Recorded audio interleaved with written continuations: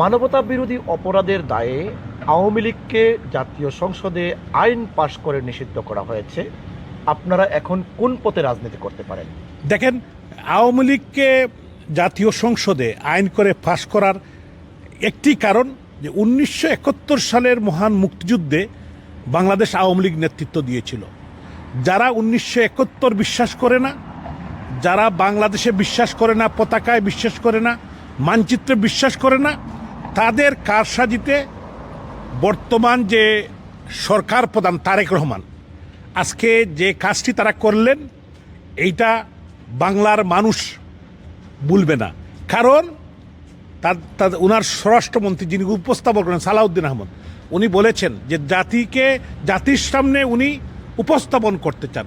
তবে এই উপস্থাপনা জাতি কোনোদিন ভুলবে না জনাব সালাউদ্দিন আহমদ।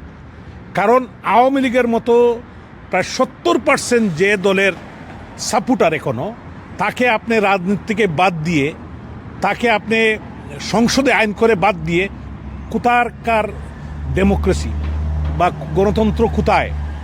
এরা যে ফেসিবাদী কায়দায়, এই সরকার এবং সরকার প্রধান যে ফেসিবাদী কায়দায় তারা এগুচ্ছে, এটার একটি প্রমাণ।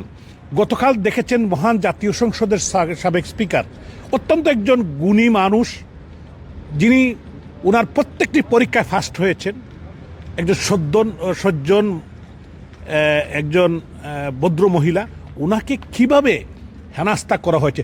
যে দেশের 51% উইমেন ভোটার বা আমাদের মা বোনেরা, সেই দেশে আজকে এরকম একটি ন্যাক্কারজনক অনৈতিক মিথ্যা মামলা দিয়ে ওনাকে যেভাবে হেনাস্তা করা হয়েছে, আমি বিশ্বাস করি এটার একটা শেষ সুরাহা হবে।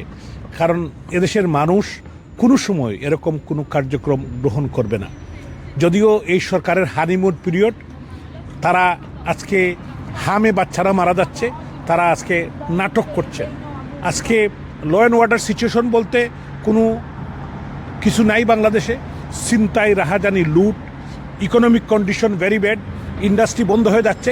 এদিকে খেয়াল না রেখে বিরোধী দলকে, আওয়ামী লীগকে কীভাবে নিশ্চিহ্ন করা যায়, রাজনীতি থেকে সরানো যায়, তারা এই কাজটুকু করছে। এবং জাতীয় সংসদে একটি আওয়ামী লীগের মতো একটি বিশাল সংগঠনের কে ব্যান্ড করে দেওয়া, এটা কতটুকু গর্হিত কাজ এবং রাজনীতিকে বিরাজনীতিকরণ, এটাই একটা প্রমাণ হয়। তবে আমি বিশ্বাস করি দেশের এই 18 কোটি মানুষের দেশে মানুষ অতীতেও কিন্তু এরকম ফেসিস্ট যারা, এরকম স্বৈরাচারী কায়দায় যারা দেশ পরিচালনা করার চেষ্টা করেছে, তাদেরকে কিন্তু মানুষ ভুলে নাই।